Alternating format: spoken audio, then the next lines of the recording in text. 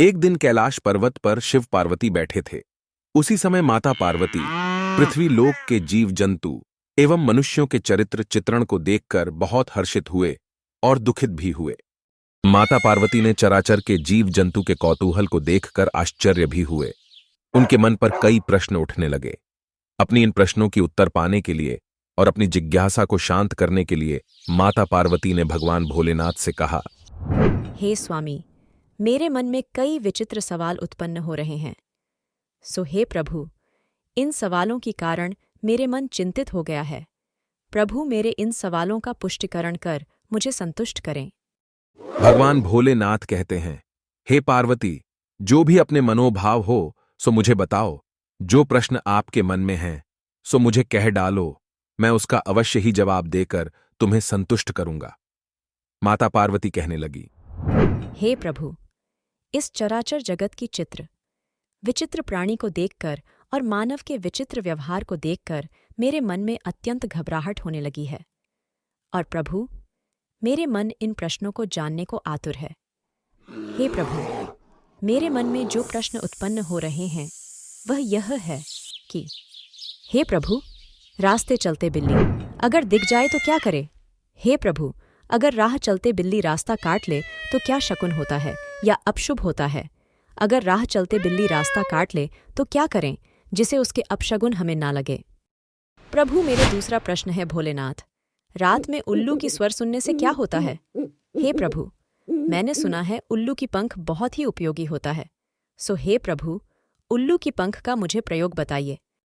मेरे तीसरे प्रश्न है भगवान, तुलसी में दूध डालने से क्या होता है? तुलसी में दूध कब डाले? हे प्रभु, तुलसी पत्र खाने से क्या होता है? सो मुझे ये सारे प्रश्नों का जवाब आप बताइए। माता पार्वती के यह 3 प्रश्न सुनकर भगवान भोलेनाथ मुस्कुराए और कहा, हे पार्वती, तुम्हारे सभी प्रश्नों का जवाब तुम्हें अवश्य मिलेगा। तुम मेरे बातों को ध्यान से सुनना। और हे पार्वती, आपने मानव कल्याण के लिए यहां अत्यंत गोपनीय प्रश्न पूछकर मानव के निश्चित ही कल्याण करने वाले हो। भगवान भोलेनाथ कहता है कि हे पार्वती, मैंने और तुम्हारे प्रिय पुत्र कार्तिक ने जीवों की गतिविधि पर अनेक जानकारी दिए हैं। शकुन एवं अपशकुन की जानकारी शकुन शास्त्र पर हमने दिए हैं। सो हे देवी, तुम ध्यान से सुनो।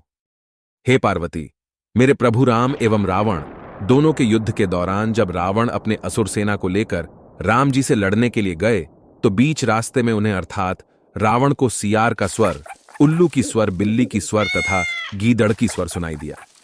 हे देवी, और राह चलते रावण को यह दृश्य भी दिखलाई दिया। रावण जिस रास्ते पे चल रहा था उस रास्ते को बिल्ली और गीदड़ राह काट रहे थे। सो हे पार्वती, इसे अत्यंत अपशगुन माना जाता है। हे पार्वती, परिणाम स्वरूप युद्ध में रावण मारा गया और राम की विजय हुई। हे पार्वती, कुत्ते और बिल्ली तथा हिंसक पशु का रास्ता काटना अशुभ होता है। लेकिन हे पार्वती, अगर 5 बार राम का नाम लेकर ये हिंसक पशु रास्ता काटे हैं तो जाया जाए तो कुछ भी अनहोनी नहीं होता। इसलिए हे देवी, राम का ध्यान करके हिंसक पशु के रास्ता काटे अपशगुन से बचा जा सकता है। तुम्हारे दूसरे प्रश्न का जवाब सुनो। हे पार्वती, उल्लू माता लक्ष्मी का प्रिय वाहन है। उल्लू को सभी देवी देवता अपना वाहन बनाने के लिए अस्वीकार कर दिए थे। तब माता लक्ष्मी ने उल्लू की करुण पुकार को सुनकर दया बरसाई और माता लक्ष्मी ने उल्लू को अपना वाहन बनाया। उल्लू को माता लक्ष्मी के कृपा प्राप्त है।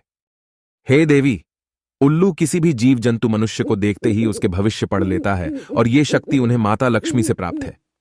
हे देवी, उल्लू जीव जंतु एवं मनुष्य को देखते ही उनके भविष्य पढ़ लेता है। इसलिए उन्हें रात्रि में खतरे से बचने के लिए अपने करुण स्वर में उन्हें अवगत कराता है ताकि वह खतरे से बच सके। हे पार्वती, उल्लूक नामक तंत्र में मैंने तुम्हें उल्लू के क्रियाविधि का अनेकों बात बतलाया हूं, सो तुम भूल चुकी हो। फिर पुनः मैं तुम्हें उल्लू का तंत्र की गुप्त जानकारी बता रहा हूं। हे पार्वती, जब उल्लू मीठे स्वर में बोलने लगे और ये स्वर किसी मनुष्य को सुनाई दे तो उन्हें अवश्य ही धन की प्राप्ति होता है। हे पार्वती, अगर 2 उल्लू एक साथ करुण पुकार करें तो सुनने वाले को आर्थिक उन्नति एवं स्थायी लक्ष्मी की प्राप्ति होता है। हे पार्वती, अगर उल्लू आवाज कर रही हो और साथ में कुत्ते भी रो रहे हो और अगर उसे कोई मनुष्य सुन ली तो अवश्य ही अनहोनी होता है। हे देवी, तुमने पूछा है कि उल्लू की पंख का प्रयोग क्या है। सो हे पार्वती, उल्लू के पंख का प्रयोग बता रहा हूं, सो तुम ध्यान से सुनना। हे पार्वती, उल्लू के पंख से लिखा यंत्र बिना मंत्रियों के सिद्ध होता है। हे पार्वती, उल्लू के पंख को तिजोरी में रखने से लक्ष्मी जी का सदैव आशीर्वाद बना रहता है। हे पार्वती, उल्लू के पंख को जलाकर इसे विशेष नक्षत्रों में खाने से दिव्य दृष्टि की प्राप्ति होता है। इसके बारे में तुम्हें उल्लूक तंत्र में पहले ही बता चुका हूं। अब तुम अपने तीसरे प्रश्न के जवाब सुनो। हे देवी, भगवान विष्णु से एक बार नारद मुनि ने पूछा था कि हे प्रभु, तुलसी की क्या विशेषता है? हे नारायण, जो मनुष्य तुलसी को नित्य पानी देता है, उनके साथ क्या होता है? नारद जी के इन प्रश्नों का उत्तर श्रीहरि ने अपने मधुर वाणी से दिया था। वह उत्तर आप आज मुझसे सुने। माता पार्वती बीच में कहने लगी, प्रभु, तुलसी तो एक साधारण पौधा है और तुलसी की दल आपको भोग में नहीं लगता, तो क्यों यह इतना उपयोगी और चमत्कारी है? क्या तुलसी से मनुष्य अपना कल्याण कर सकता है? हे प्रभु, तुलसी की पौधा घर में अगर मनुष्य लगाए तो क्या लाभ उन्हें मिलने लगता है? हे देवी, तुलसी विष्णु प्रिया है, इसलिए हे देवी, तुलसी के पौधा घर में हर मनुष्य को जरूर लगाना चाहिए। जिससे घर में तुलसी की पौधा लगा होता है, उस घर में भूत प्रेत एवं पतित आत्मा नहीं आता। हे देवी, तुलसी की पौधा अत्यंत पवित्र एवं चमत्कारिक होता है। हे देवी, प्रत्येक मनुष्य को अपने घर के आंगन पर तुलसी का पौधा अवश्य लगाना चाहिए। जिस घर में तुलसी का पौधा लगा होता है, वह घर तीर्थ के समान हो जाता है। हे पार्वती, तुलसी पत्र मरते समय किसी को खिलाया जाए तो उन्हें मोक्ष की अवश्य ही प्राप्ति होता है एवं उन्हें बैकुंठ मिलता है। जो मनुष्य अपने घर में तुलसी की पौधा लगाकर नित्य सेवा करता है, उन्हें उनके सारे पाप कष्टा दूर हो जाते हैं और निरोग काया की प्राप्ति होता है। हे पार्वती, जो मनुष्य तुलसी की जड़ पर जल डालता है, उन्हें आरोग्य की प्राप्ति होता है। जो मनुष्य तुलसी जी पर दूध चढ़ाता है, उन्हें पुत्र और धन संपदा की प्राप्ति होता है। जो मनुष्य तुलसी में तिल डालकर पूजा करता है, उन्हें अचानक से धन संपदा की प्राप्ति होता है। हे पार्वती, जो मनुष्य तुलसी पर खुशबूदार इत्र चढ़ाता है, उन्हें रोगों से मुक्ति मिलता है। जो मनुष्य तुलसी के नीचे भगवान शालिग्राम को तुलसी पत्र की दल भेंट करता है, उन्हें 1000 गौदान का पुण्य मिलता है। हे पार्वती, आपके तीनों प्रश्न मानव की कल्याण के लिए अत्यंत उपयोगी है। जो मानव अपना कल्याण करना चाहते हैं, वह मानव तुलसी के सेवा करना आज से ही शुरू कर दें। इससे उन्हें धन संपदा, आरोग्य और मृत्यु के बाद परम धाम बैकुंठ की प्राप्ति होगा। दोस्तों, ये थे आज के जानकारी।